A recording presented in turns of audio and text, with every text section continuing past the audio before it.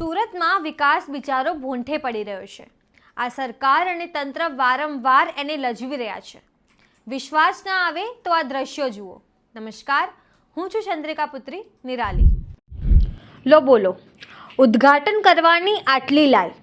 સુરત મનપા તંત્રને પાટીલ સાહેબ સામે નંબર વધારવાની એટલી ઉત્સુકતા કે 34 કરોડના બ્રિજનું અધવચ્ચે બનાવીને જ પાટીલ સાહેબની સામે પ્રસ્તુત કરી દીધો.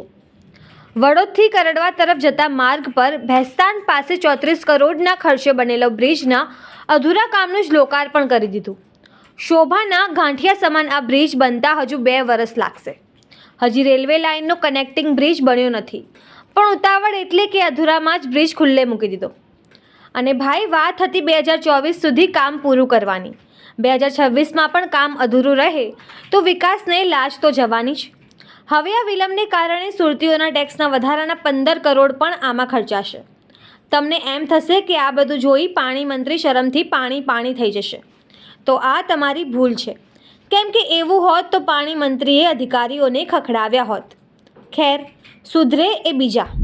अभी कोई काम का नहीं है, क्योंकि हम इतना पैसा खर्चा करने मतलब हमको डिंडोली जाना है, आसपास जाना है, इधर बड़ोदरा तरफ जाना है, बॉम्बे जाना है, तो हम जा नहीं सकते. इंडस्ट्री के लिए तो नीचे से भी आ सकते हैं ना. हम इंडस्ट्री में हमको आना है तो नीचे से भी आ सकते हैं, आगे तो रास्ता है.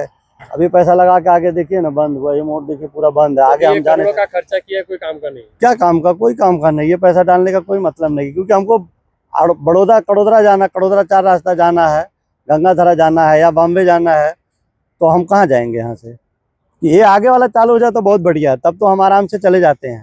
शॉर्टकट का रास्ता हमारे लिए बहुत बढ़िया है. आगे क्या काम चल रहा है? आगे जो है अभी एकदम बंद हुआ है. रेलवे फाटक है आगे, रेल क्रॉस नहीं कर सकते हैं जब तक ये नहीं बना है. તો તમે આ સમગ્ર ઘટના વિશે શું વિચારો છો? કમેન્ટ કરીને જણાવો. અત્યાર માટે બસ આટલું જ. સમાચારને લગતી વધુ અપડેટ્સ માટે અમારી વેબસાઇટ www.gujaratplus.in પર પણ માહિતી મેળવી શકો છો. ધન્યવાદ.